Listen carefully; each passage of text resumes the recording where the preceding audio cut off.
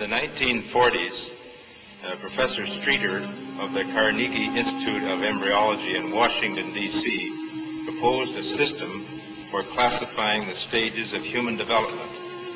His system arranged human embryos in 23 numbered stages based on their differences in appearance. The Carnegie system of classification was used around the world until the 1970s, when a more refined system was proposed by Dr. Ronan O'Reilly of the Carnegie Institute of Embryology, now in San Diego, California. Intensive studies of the Quran and Hadith in the last 4 years have revealed a system for classifying human embryos that is amazing, since it was recorded in the 7th century A.D. Although Aristotle, the founder of the science of embryology, realized that chick embryos developed in stages from his studies of hen's eggs in the 4th century B.C., he did not give any details about these stages.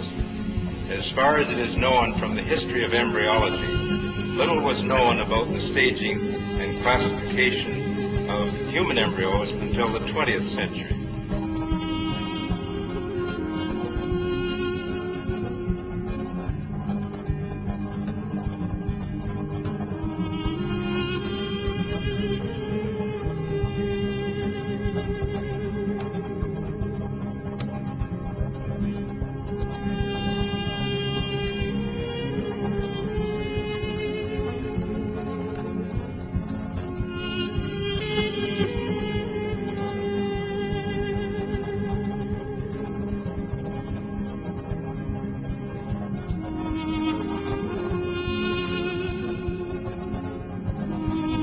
First stage is adapt, and you'll have to apologize my pronunciation. This is from Surah Tariq 6. He is created from a drop emitted.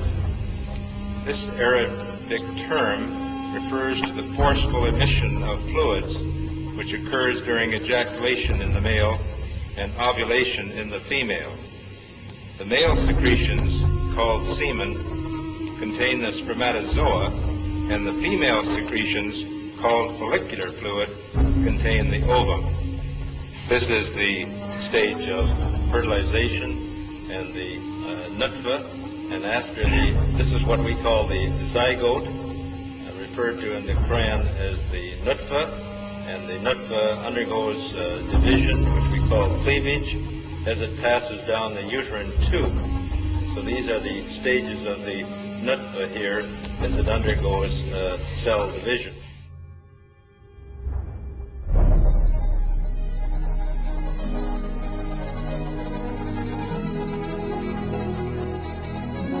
Another important aspect of the information mentioned in the verses of the Quran is the developmental stages of a human in the mother's womb. It is stated in the verses that in the mother's womb, first the bones develop, and then the muscles form which wrap around these bones.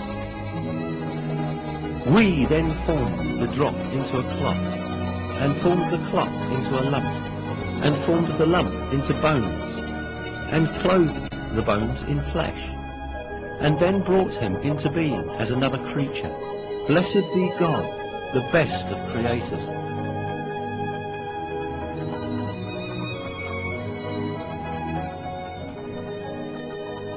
Embryology is a branch of science that studies the development of embryos in the mother's womb.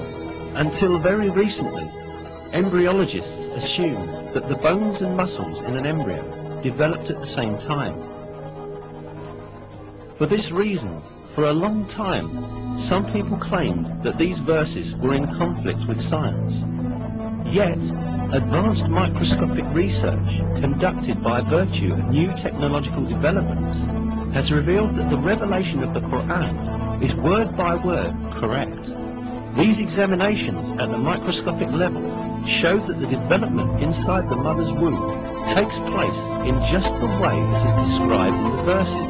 Obviously, life begins at the moment of fertilization when a single sperm fuses with an ovum to form a one-celled embryo or zygote. At this moment, The ultimate character of that new individual is decided. The Quran recorded these facts 1400 years ago.